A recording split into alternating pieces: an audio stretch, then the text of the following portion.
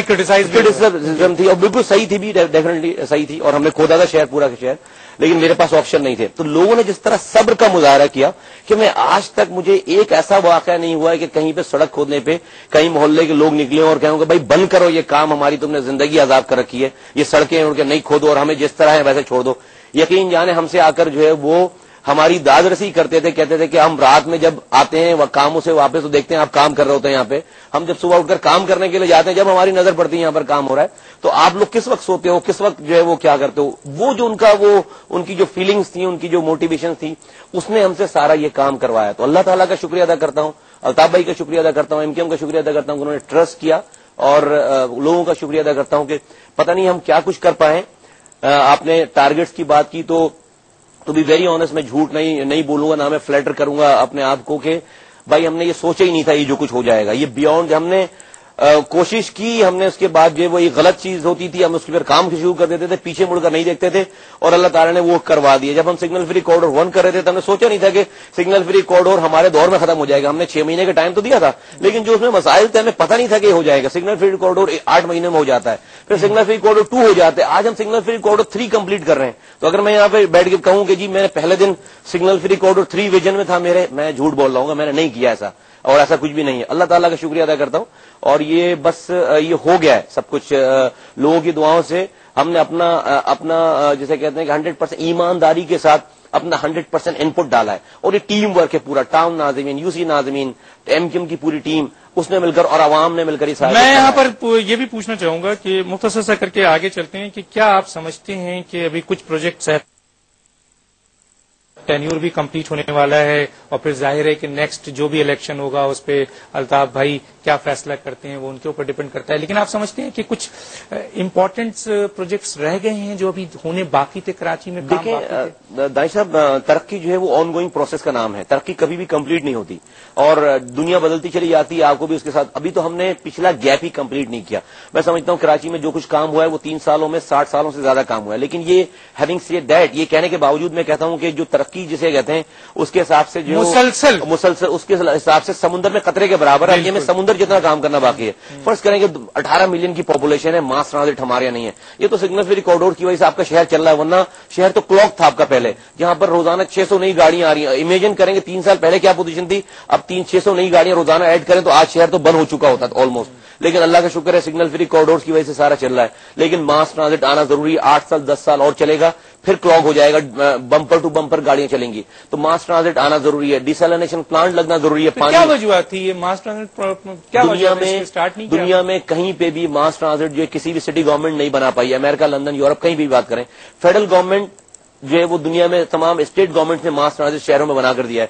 ہم نے اسٹڈیز کر لی ہیں, ہم نے جو ہے وہ پروجیکٹ تیار کر لیے, ہم کمپنیز لے آئے باقاعدہ یہاں پر, لیکن ہمیں سوورن گارنٹی چاہیے فیڈرل گورنمنٹ سے. ڈیفینیٹلی فیڈرل گورنمنٹ کی فنڈ کی بات کریں, مجھے فنڈ بتائیں, فنڈ کی بہت بات ہو رہی ہے.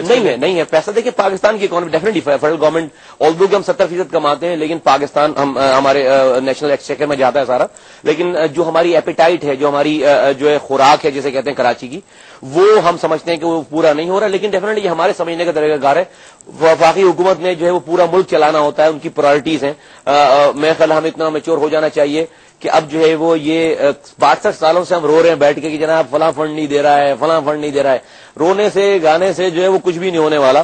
ہمیں جو آؤٹ آف باکس چیزوں کے اوپر جو ہے وہ جانا چاہیے, اور اسی کا نتیجہ ہے کہ اب ہم نے جو ہے میں اس پہ بات کروں گا, جس کا جو بہت امپورٹنٹ پوائنٹس ہے جو آپ نے ریز کیا ہے, ہم اس پہ بات کریں گے, اور یہ بھی بات کریں گے کہ جی اس کے طریقہ کار کیا ہے. بہت امپورٹنٹ پوائنٹ ہے ناظرین, ایک جو فنڈ قائم کیا گیا ہے کراچی ڈیولپمنٹ ٹرسٹ فنڈ, یہ آپ نے اناؤنسمنٹ سنا ہے مصطفیٰ کمال نے کیا. ایک دم یہ پتہ نہیں مصطفیٰ کمال صاحب یہ چیزیں کہاں سے لے کے آتے ہیں, یہ سوال بھی کریں گے کہ یہ ان کے ذہن میں آتا ہے یا کچھ اور راستے کیا ہے, مثلا کہاں سے یہ چیزیں آتی ہے. ایک چھوٹا سا بریک لیتے ہیں, پھر واپس آتے ہیں.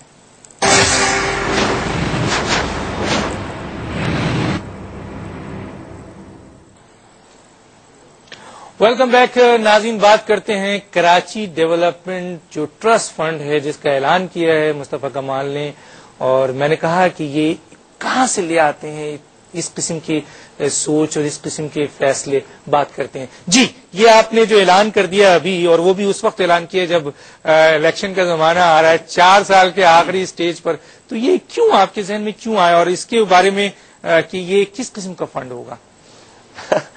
ویل دائی صاحب ایکچولی آپ جب ہم لوگ زمین پہ رہنے والے لوگ ہیں، ایکچولی نا پرابلمس کے درمیان میں رہنے والے لوگ ہیں. ہم لوگ کوئی خلائی پیراشوٹ سے نہیں اترے، اور نہ تو ہمارے بیوی بچے لندن امریکہ میں جو ہے وہ سب سیٹل ہیں، یا ہمارا بزنس لندن امریکہ میں سیٹل ہے کہ بس جی بس یہ نظام سے فارغ ہونا ہے، چلے جانا ہے. جب آپ کو فکر ہوتی ہے نا، اور یہ ہمیں سکھایا ہے، ہمیں تو جو ہے وہ پریچی، ہمیں تو جو ہے وہ جیسے کہتے ہیں ہمارے ذہنوں میں بھرا ہے، ہماری جو اپنی پارٹی میں جو پرورش ہوئی ہے وہ ہوئی اسی چیزوں سے کہ جی آؤٹ آف باکس سولوشن نکالنا ہے چیزوں پہ. جو ہمیں تو جتنی بھی ہماری گیدرنگ ہوئی ہے، جتنی بھی ہماری جو پریچنگ ہوئی ہے الطاف بھائی کی طرف سے، پارٹی کی طرف سے، تو ہم لوگ ہمیشہ ایک تو مشکلات میں گھرے رہے، اور ان چیلنجز میں ایک تو پارٹی کس طرح سروائیو کرے، تو ہم لوگ ایکچولی یوز ٹو ہیں.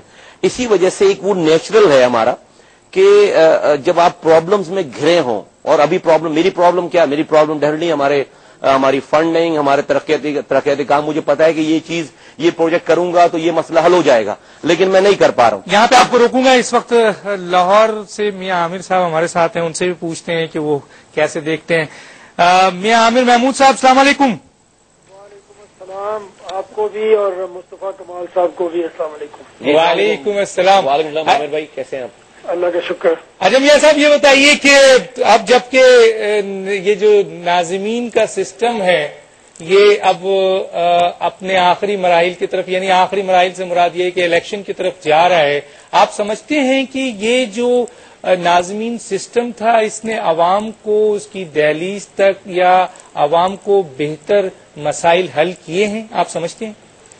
دیکھیں اس میں تو کوئی دوسری رائے نہیں ہو سکتی کہ کوئی بھی جو مینجمنٹ ہے اس میں ڈی سینٹرلائزیشن سے بہتر کوئی حل نہیں ہے.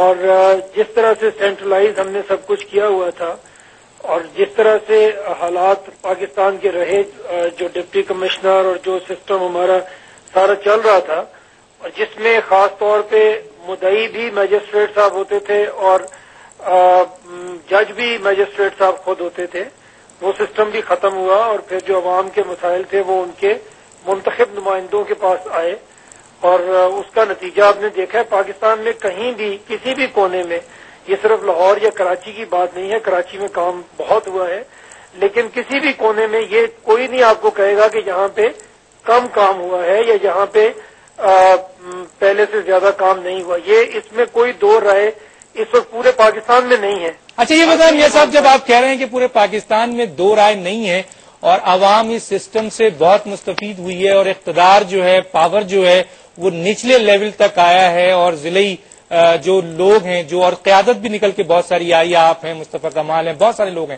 تو پھر اس سسٹم کو ختم کرنے کی بات کون کر رہا ہے اور کیا چاہتا ہے؟